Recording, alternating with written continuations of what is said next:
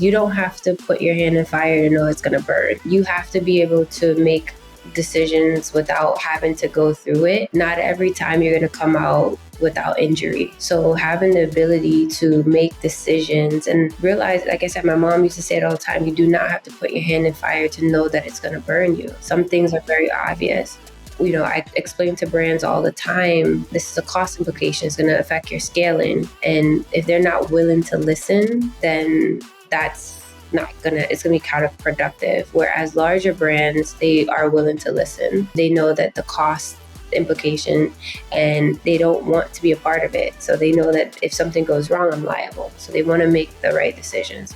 And I think that smaller brands don't see the full picture until it's too late, until the money is dry. The numbers matter. And I saw this even with founders who are doing six figures and, not everyone's tracking those numbers well enough as they need to be. It's something that I've become really conscious about, because I remember even with my business, when I first started this business 7 years ago, even before I could afford a bookkeeper that I had on a monthly basis, like I was tracking every line item myself in a Google spreadsheet, because that's what I knew how to do. I didn't necessarily have the skill with QuickBooks and all the things, but I was like, just all my expenses and everything that was coming in, everything that was coming out, every line item. And that actually was really helpful because it made me be very strategic and aware of what was happening in my business on a weekly basis, on a regular basis.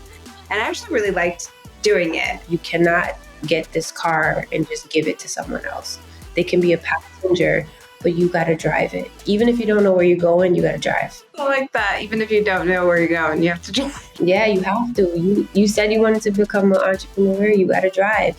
You can bring people in the car and they'll help you. They'll help navigate you. And maybe you can take a nap here and there, but it's your car. Yeah.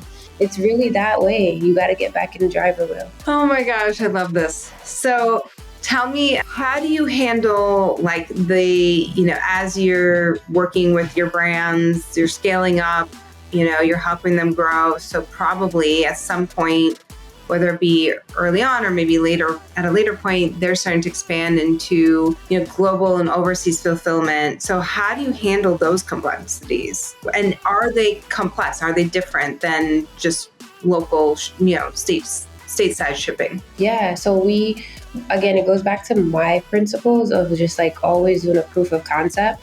You have to stay ready. So I've, been working on global fulfillment. So when they're expanding, I've already started the process. Not everything that we offer can work for every brand. We're still small ourselves, but understanding how to service the clients that we do have. I have the founders that underhire. So they wait as long as possible to hire team members, and they try to do everything themselves, and actually holds them back from a lot of growth because they're trying to wear all the hats by themselves. And so they're not able to prioritize the sales and marketing of their business, which they need to be focusing on in order to grow their business. But then you have the founders that might be over hiring and too early, like people that they're like outsourcing everything. And it's like way too early. And so going back to balance, which I think is the theme of our conversation today, but it's finding that good middle ground. And that's not easy. I think that comes with learning, and that comes with time, and that comes with years of growing a business, maybe not the first business, maybe the second business. It definitely is an art and a science.